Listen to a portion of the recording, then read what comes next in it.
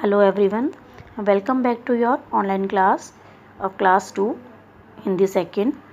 Today I am going to teach you lesson 4, but before starting the lesson 4, first I want to give you answer of test paper. Here are the answers of test paper. प्रश्न 1, पहले प्रश्न में थे आपके प्रश्न उत्तर. First उसमें था कवि किस प्रकार दमकने के लिए कह रहे हैं. कवि सूरज के समान दमकने के लिए कह रहे हैं. सेकंड क्वेश्चन था किस पथ पर फूल की तरह बिछने की अभिलाषा है. तो आंसर है सेवा के पथ पर फूल की तरह बिछने की अभिलाषा है. और नेक्स्ट था उसमें शब्दार्थ. शब्दार्थ में देखिए विहग, पक्षी, मेघ, बादल, पथ, रास्ता, शशि, चंद्रमा. थर्ड नंबर पर थे समानार्थी शब्द फूल, पुष्प, सागर, समुद्र. और फोर्थ नंबर पर था खाली स्थान भरिए. खाली स्थान में था सूरज सा डैश में, तो यहाँ पर दमकू आएगा. और सेकंड लाइन में था डैश सा चमकू में, तो चंदा आएगा. फिफ्थ क्वेश्चन आपका था शुद्ध करिए. रॉन्ग स्पेलिंग लिखी थी और आपको सही स्पेलिंग लिखनी थी. तो देखिए यहाँ पर उज्जवल, अभिलाषा, निर्मल और पर्वत की स्पेलिंग सही लिखी हुई है.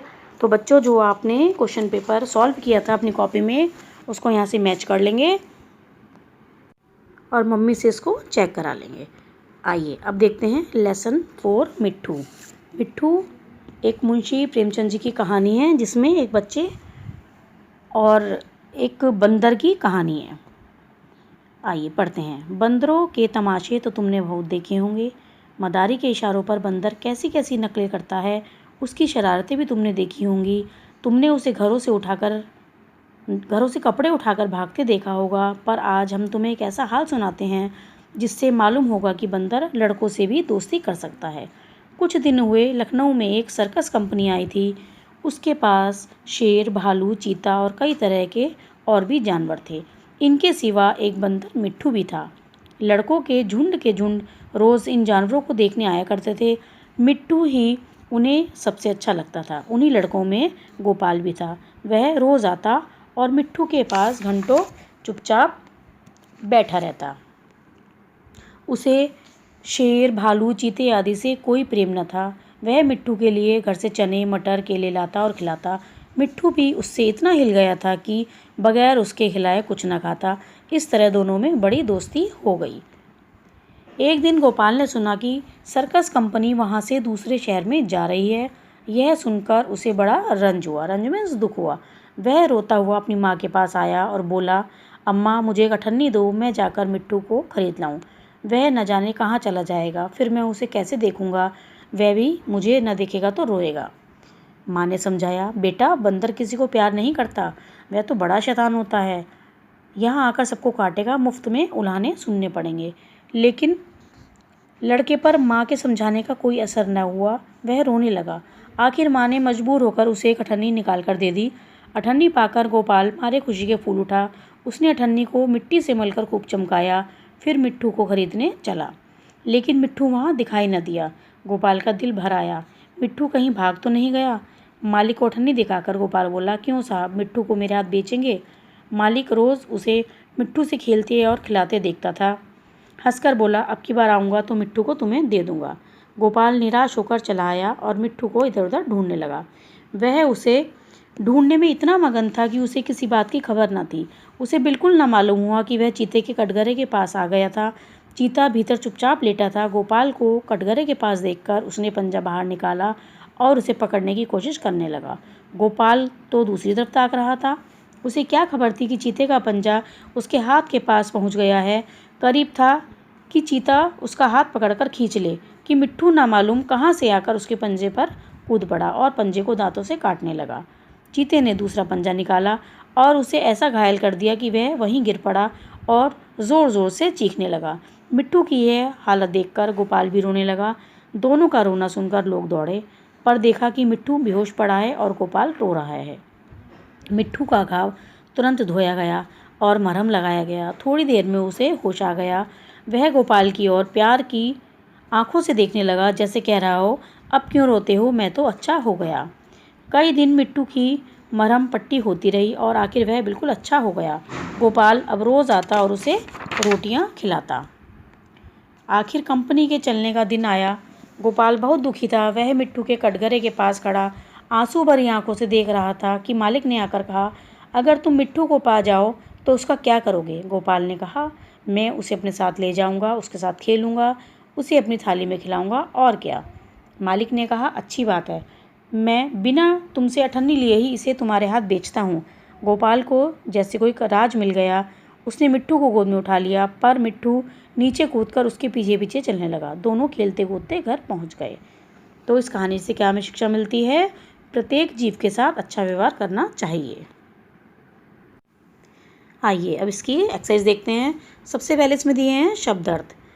तमाशा, खेल, मदारी, बंदर का खेल दिखाने वाला, इशारा, संकेत, सिवा, अलावा, रंज, नाराज़गी, उल्हाना, शिकायत। ये प्रश्नोत्तर आपको अपनी कॉपी में करने हैं। उसके बाद देखेंगे नीचे दिए हैं इसमें प्रश्नोत्तर। देखिए, सर्कस कंपनी किस शहर में आई थी? तो इसका उत्तर लिखेंगे, सर्कस कंपनी लखनऊ शहर में आई थी। नेक्स्ट क्वेश्चन देखेंगे, सर्कस कंपनी में कौन कौन से जानवर थे? तो इसका आंसर लिखेंगे, सर्कस कंपनी में शेर, भालू, चीता तथा बंदर आदि जानवर थे। अब नेक्स्ट पेज पर देखेंगे आप थर्ड क्वेश्चन, गोपाल मिट्ठू के लिए घर से क्या क्या लाता था? वह चने, मटर तथा केले लाता था। फोर्थ क्वेश्चन, गोपाल ने अम्मा से एक अठन्नी क्यों मांगी? गोपाल ने मिट्ठू को खरीदने के लिए अम्मा से अठन्नी मांगी। एक्सरसाइज 6 देखेंगे, सही उत्तर पर सही का निशान लगाएंगे। गोपाल को शेर, भालू, चीता आदि अच्छे लगते थे। गलत, गोपाल को नहीं अच्छे लगते थे, गोपाल को केवल मिट्ठू ही अच्छा लगता था। गोपाल हंसता हुआ माँ के पास पहुँचा, ये भी गलत है क्योंकि वह रोता हुआ माँ के पास पहुँचा था। थर्ड, चीता भीतर चुपचाप लेटा था। सही।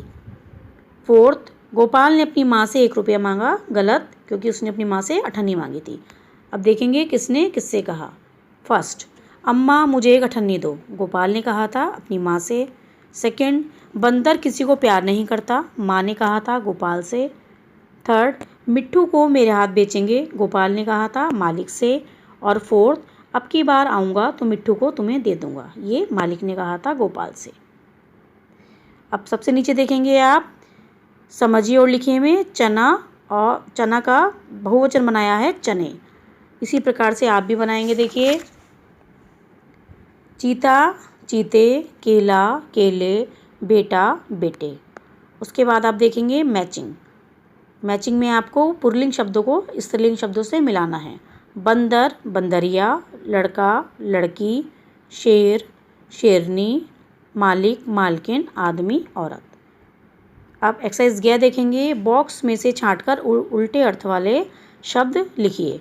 तो यहाँ आपको शब्द दिए हुए हैं। देखिए, खरीदना, बेचना, रोना, हंसना, खुशी, दुख, अच्छा, बुरा, दोस्ती, दुश्मनी। अब इसी पेज की लास्ट एक्सरसाइज आप देखेंगे, सांप नचाने वाले को क्या कहते हैं? सपेरा। उत्तर प्रदेश की राजधानी कहाँ है? लखनऊ। 1 रुपये में कितने पैसे होते हैं? 100। 2 पालतू जानवरों के नाम बताइए, कुत्ता और बिल्ली। नेक्स्ट पेज पर देखेंगे, कथन को समझते हुए संबंधित जानवरों के चित्र काटकर चिपकाइए। ये वर्क आपको होमवर्क में करना है। इसमें आप देखिए, रेगिस्तान का जहाज ऊँट होता है, ऊँट का चित्र आप चिपकाएंगे। ऊंची गर्दन वाला जिराफ, चिट्ठी ले जाने वाला पक्षी कबूतर, वफादार जानवर कुत्ता और नकलची जानवर बंदर। तो ये आपका होमवर्क है।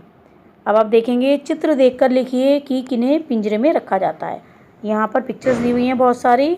इसमें से आप देखेंगे शेर, तोता, मैना और खरगोश को पिंजरे में रखा जाता है। तो ये आप यहाँ से देखकर लिख लेंगे और बच्चों साफ साफ राइटिंग में करेंगे बिल्कुल। I hope you have understand the chapter. Thank you very much.